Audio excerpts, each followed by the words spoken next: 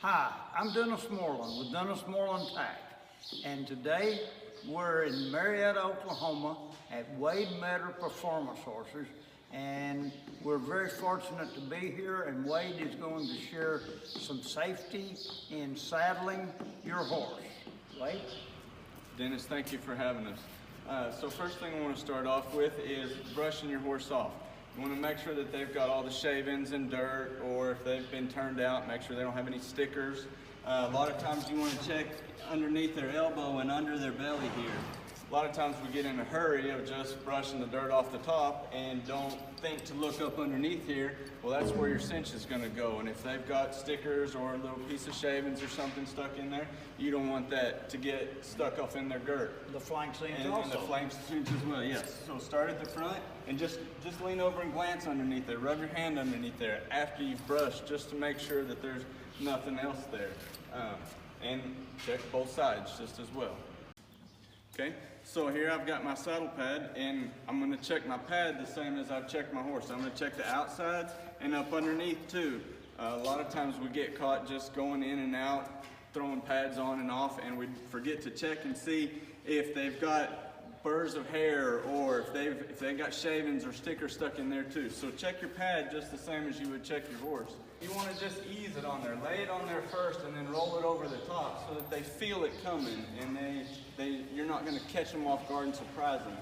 But what I want to check for is I want the front of that pad to be about in the center of that shoulder, and make sure that the center of my pad where these holes are is lined up right along the top of their spine so that it's even both left and right side of that horse.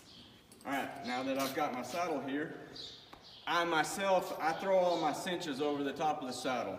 For me, it's just a little easier, more convenient to saddle a bunch of horses.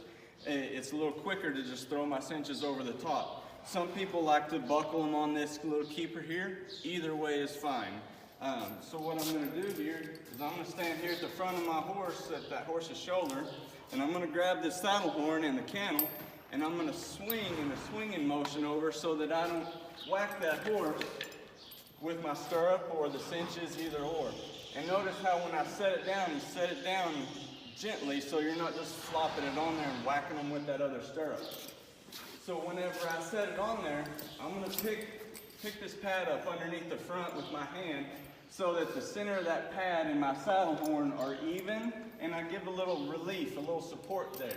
And I'm going to come back here to the back, and I'm going to check the back of my saddle to make sure that that saddle is centered on my pad, both left and right. And then for me, I'm going to come around here on this other side here, and I'm going to flip these cinches down. So then I'm going to come back around here on this side, and I'm going to stand back here at this shoulder again, and I'm going to lean under there and grab that cinch.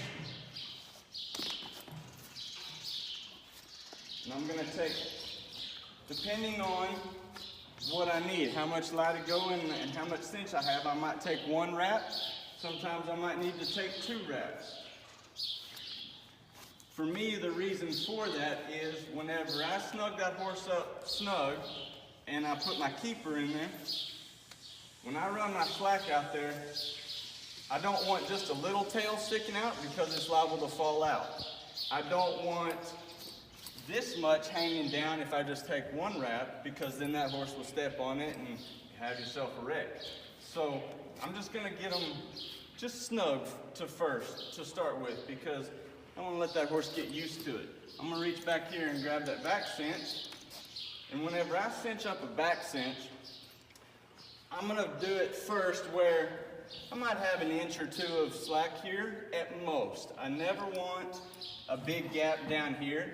If that horse kicks at a fly, or if you're changing leads and he kicks up, I don't want that horse to get a foot stuck up in there. I'm going to get it an inch or 2 where there's a little slack there.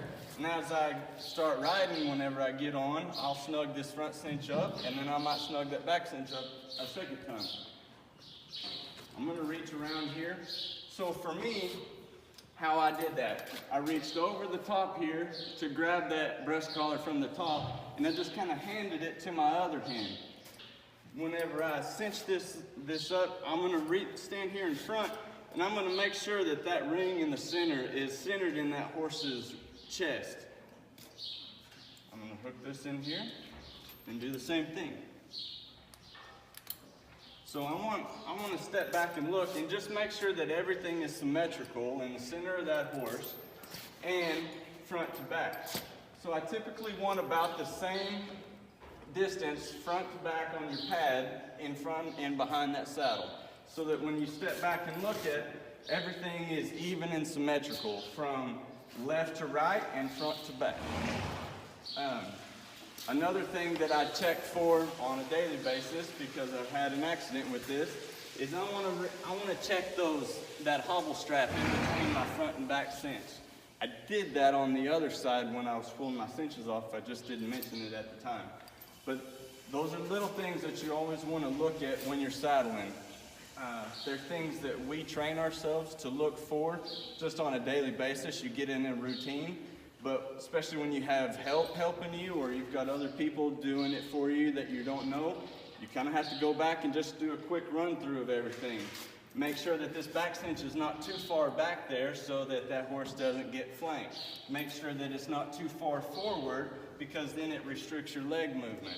You want everything to hang symmetrical from the top to the bottom, as the same it is left and right.